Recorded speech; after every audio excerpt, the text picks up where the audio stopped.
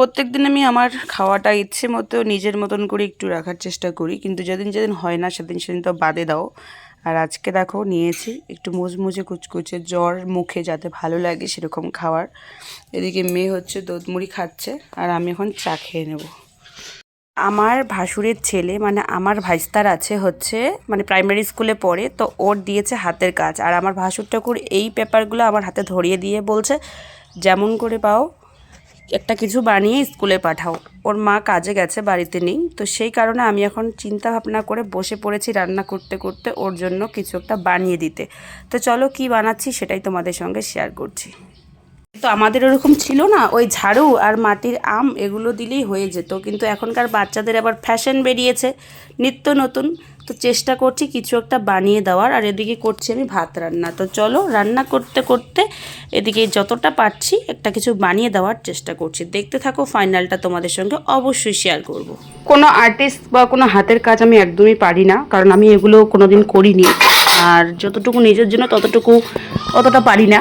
তো যাই হোক, প্রফেশনালভাবে আমি মানে এই ড্যান্স আর গান ছাড়া কিছুই পারি না। খেলাধুলা করেছিলাম তাও এখন ভুলে গেছি, আর এগুলো তো একদমই পারি না। তো আমার লাইফে আমি এগুলো কোনোদিন করিনি, তাই আর কি যেরকম সেরকমভাবে করার চেষ্টা করছি।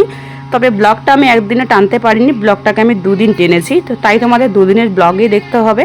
তো তোমরা দেখো আর কমেন্ট করে কিন্তু অবশ্যই জানাবে। একটা বুকে টাইপ বানিয়ে দেওয়ার, কিন্তু 1 ঘন্টার মধ্যে কি বানাবো তার মধ্যে আমি রান্না করছিলাম, আর রান্না করতে করতে এইটা একটা আবড়ি জাবড়ি বানিয়ে দিয়েছি। তো চলো আমি এখন স্নান করে পুজো দেব। নমস্কার, আমি পম্পি লাইফস্টাইলে সবাইকে অনেক অনেক স্বাগত জানিয়ে শুরু করছি আজকের দিনটি। তো এই যে পাতা কাটা হোল শুরু হয়ে গেছে, বর গেছে বাগানে, আর আমি আমার ভাসুরের ছেলের আবদারে একটা 10-15 মিনিটের মধ্যে কাজ ছেড়ে দিয়েছি, হাতের কাজ। আর মেয়েকে এই যে এখন একটুখানি খাওয়াবো, ঘুম পাড়াবো। প্রায় সময়টা ভালো হয়ে গেছে, তো পুজো টুজো দেওয়া সমস্ত কমপ্লিট হয়ে গেছে। তো ভাবছি চলো একটু উঠোনটাকে ঝাড় দিয়ে নেই। বাবা এদিকে আসো। যেরকমভাবে মনে করো আমি আশা নিয়ে ব্লগটা শুরু করি, কোনো কারণে না কোনো কারণে ভেস্কে যায়, সেরকমভাবে আমি একদম কমপ্লিট করতে পারি না, কন্টিনিউ করতে পারি না।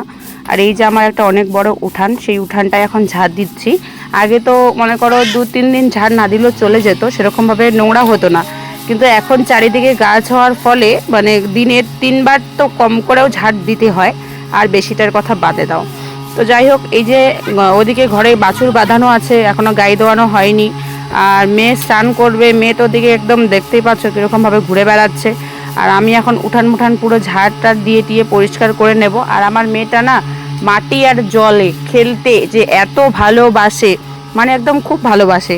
আর ও মানে শরীরে কোনো কাপড় রাখতে চায় না আমার মেয়েটা, হয়তো গরমের কারণে এরকমটা, ও কোনো কাপড় রাখতে চায় না। ও ভীষণভাবে মানে মাটিতে জলে বালুতে এসবেই খেলে। আমি চেষ্টা করব তোমাদের একটু একটু করে ব্লগে দেওয়ার।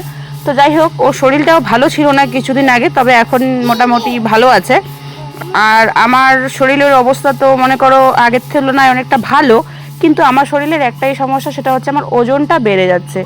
এত পরিমাণে আমার ওজন বাড়ছে যে আমি কোনো সাজেশান খুঁজে পাচ্ছি না এখন।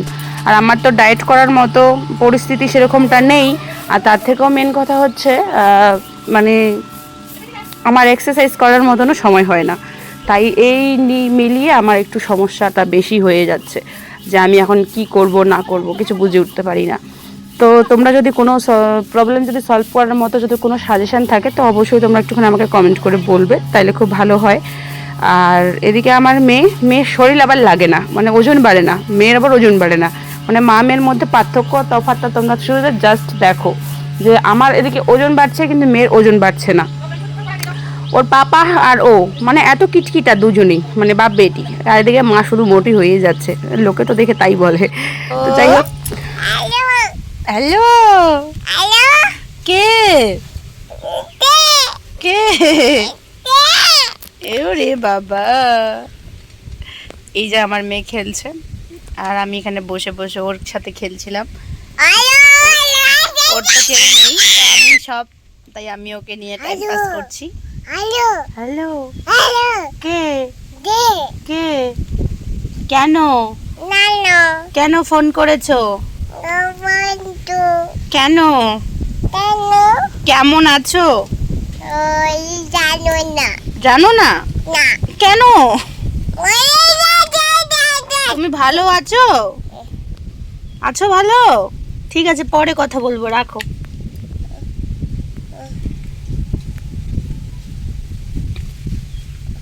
হ্যালো হ্যালো, পড়ে যাবে। তো রাস্তা দিয়ে আমি আসছিলাম, আর একটা পাখিকে বিড়ালটা এমনভাবে লাফিয়ে গিয়ে ধরলো যে পাখিটা প্রায় মানে মাংসটা উঠিয়ে নিয়েছে, রক্ত বেরোচ্ছিল। তো আমি এনে পাখিটাকে একটু জল টল খাওয়ালাম, খাওয়ানোর পরে পাখিটা দেখো উড়ে যেতে পারলো না, কিন্তু দৌড় দিয়ে একদম চলে গেল আমার হাত থেকে, আর আমার হাতে পুরো খামচি টামচি দিয়ে একদম শেষ করে দিয়েছে।